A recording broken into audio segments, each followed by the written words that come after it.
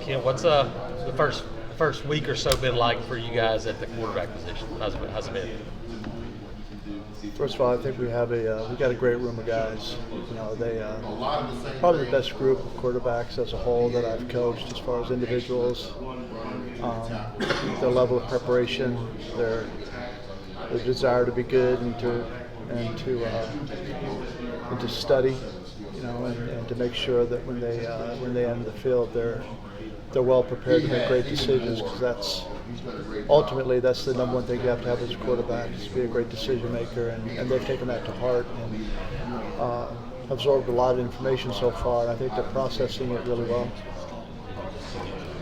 Ken, talk about the difference in a year ago not being able to be there on the field, and now, I mean, you've got to feel, you know, much more comfortable and you know, be able to really be the guy again. Well, I don't know if I'm the guy, but I certainly have a lot of help with Coach Freeze and Jesse and Thomas, and feels a lot better for sure. And it's something I've done, you know, my whole career, coaching quarterbacks, and obviously I feel very comfortable in that role, and take very seriously my responsibility to get that room prepared. They have to be the most prepared guy on the football field every time they take the field. And, we don't have a lot of compromise in that area.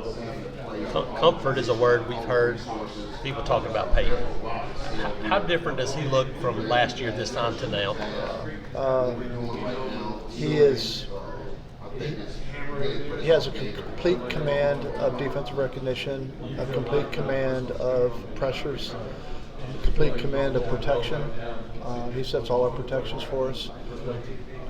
He is a very, very intelligent, smart quarterback.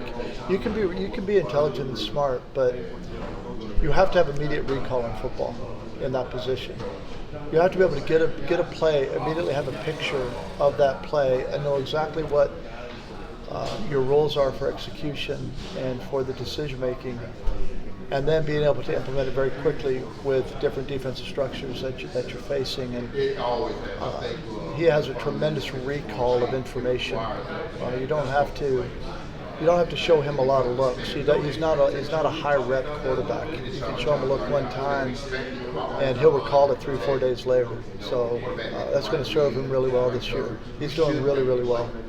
You talked about the I guess his recognition, or he said he can control schemes and blocking schemes and things like that. How much of that did he do last year? How much more is he doing this year? How much more are you trusting him with making calls on the field? That's a really good question. I mean, he set our protections last year, but we're going to put more on his plate in the overall control of the offense.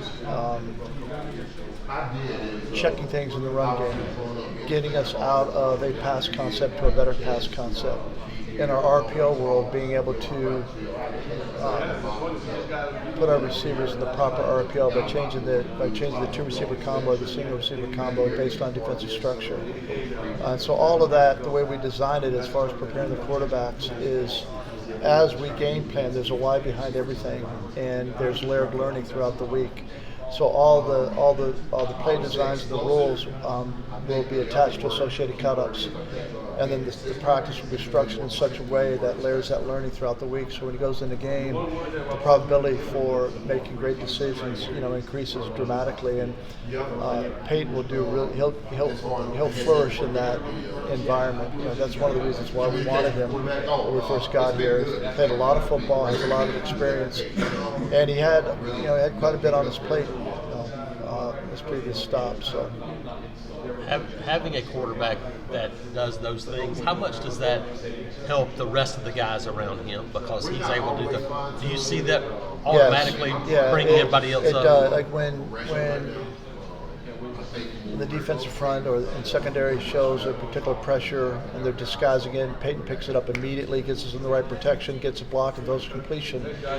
That's obviously going to generate confidence with the guys up front and trust that he's going to give them a chance, you know, for success, and the receivers a chance for success by delivering the ball on time and understanding when the defense is most out of position and where to go with the football in an ever increasing, decreasing amount of time. Right? You have to To be a great quarterback, we believe that you have to anticipate the game and not react to it. If you're constantly reacting to the defense, that's a win for the defense, especially at this level. Talk about how some of the when you talk about the quarterback room, the other guys that are battling there. What have we seen? How have they progressed, or what do you see that they need to do? They're all doing well at different levels, but I think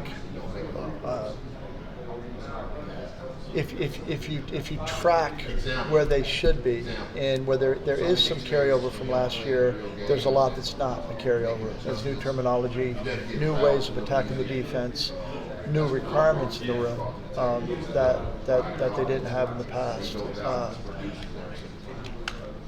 We believe all of them are tracking properly, in that development and knowledge of the game, and being able to be trustworthy when they go out on the field and play football for us. The competition is pretty stout right now because they're all competing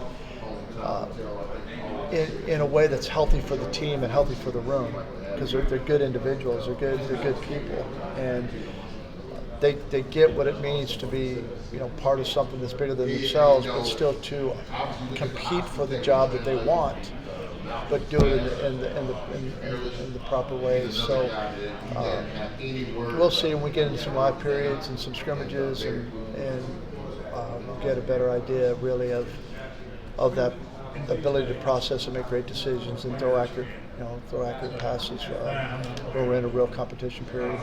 I know there's only so many reps to go through when Yeah, you that's do that. right. How important is it to try to maybe start to narrow things down? Yeah, we're going to. We've talked about it. It's going to have to start here at some point. Probably quicker than later. Yeah. You can't get 4 guys ready. You really can only get 2 guys ready, and that's even marginal once you get to the season. So at some point here, we need to get a scrimmage in for sure, at least one, and we'll make an evaluation after that first scrimmage and see where guys are at. We, as you guys know, I think we talked about this before. We grade every single play that a quarterback takes. Doesn't matter what the period is, and we grade them in decision making, which is the number one thing that we look for, and then physical execution.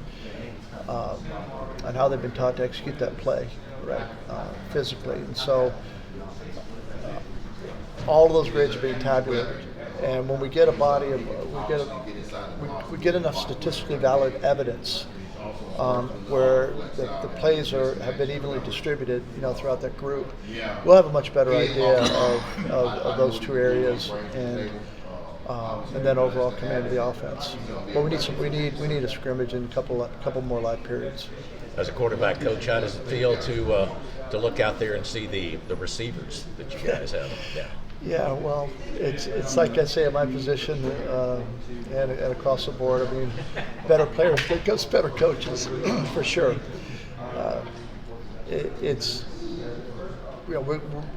We will need a couple of young guys to step up and play and be productive for us.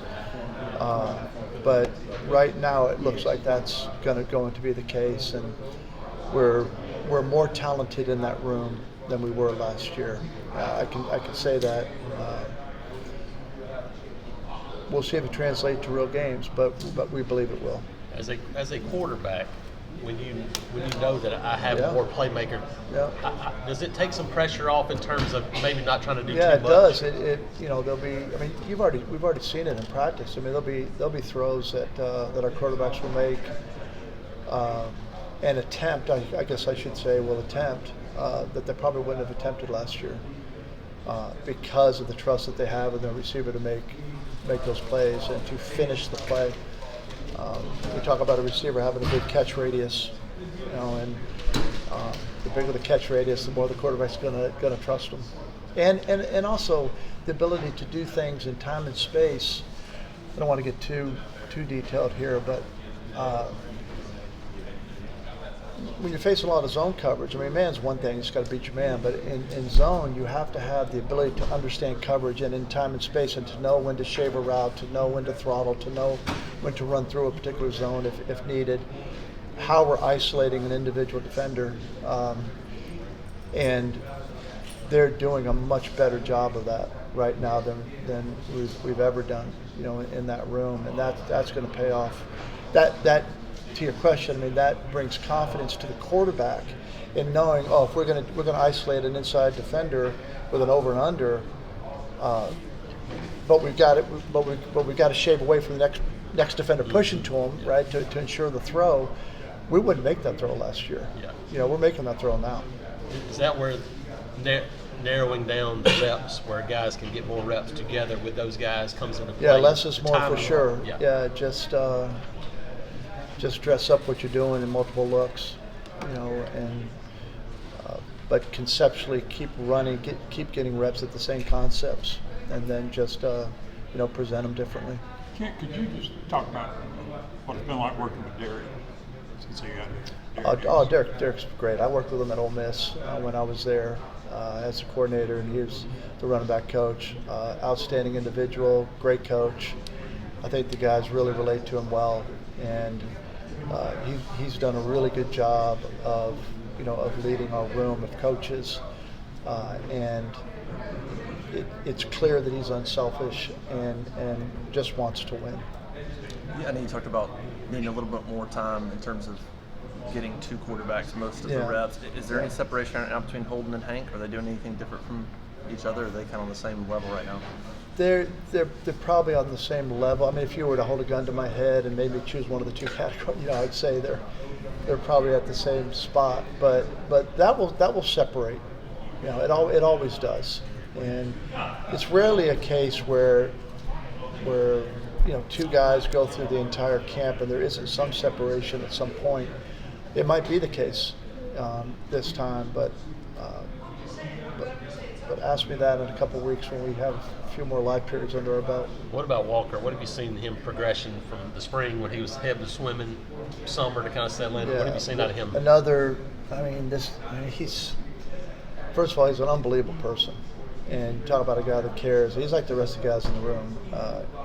He is very detailed. He takes a ton of notes. He wants to know the why, sometimes too much, right? Especially at his age right now in his development.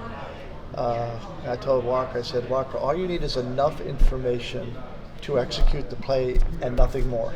I'll teach you the nuance of defense and coverage and how to defeat, coverages, within that concept. I'll teach you the nuance of some of that stuff later. Just get enough to execute the play and go deliver the ball, because he's really physically talented. He's big and strong. He's got a great arm.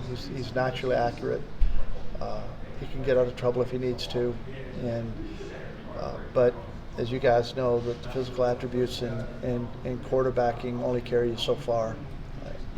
That's really not quarterbacking. You got to learn how to play the position, and be a real quarterback and be a real student of the game and understand defense like a defense coordinator understands it. You talked about Payton. What do you look for him between now and when you get into kind of game prep time? What do you look for out of him? What we have in right now after 3 installations, does he have a full command and understanding of those plays across the board, where we can, there's trust there in his execution of those plays, and that's done through, like I said, all the grading and the evidence on film. I kept this flying. Man, I'm sorry, guys. I tracked a lot of flies.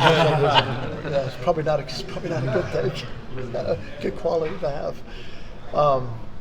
And then as we add a little bit more, right, and then we start to bring in some other operational things that he may control, we then have to evaluate that. So we have an understanding going into the season what we really want to put on his plate and what we don't want to put on his plate. The more that we can put on the quarterback's plate as far as flexibility on what we're doing on the field, where we're not letting a defense check our checks and coordinator check our checks and these types of things, where the quarterback can control some of that, we can play faster and keep the defense more off balance. And so we just got to make a decision and try to determine how much of that we're going to give him. One more, I forgot.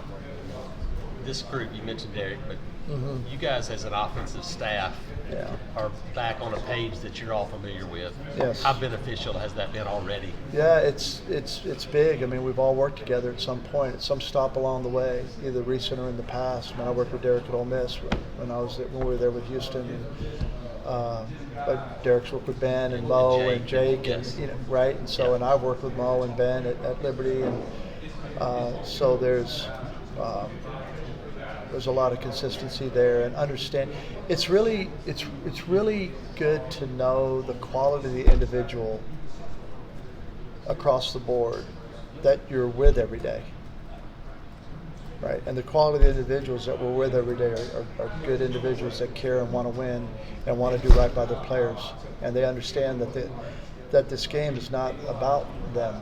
It's about the players, and always has been and always will be. Those are the best coaches, and that take an unselfish approach to their service to the offensive staff, to the head coach, to this university, and also a service to their players, to do whatever it takes to put them in a position to be successful. Can you give us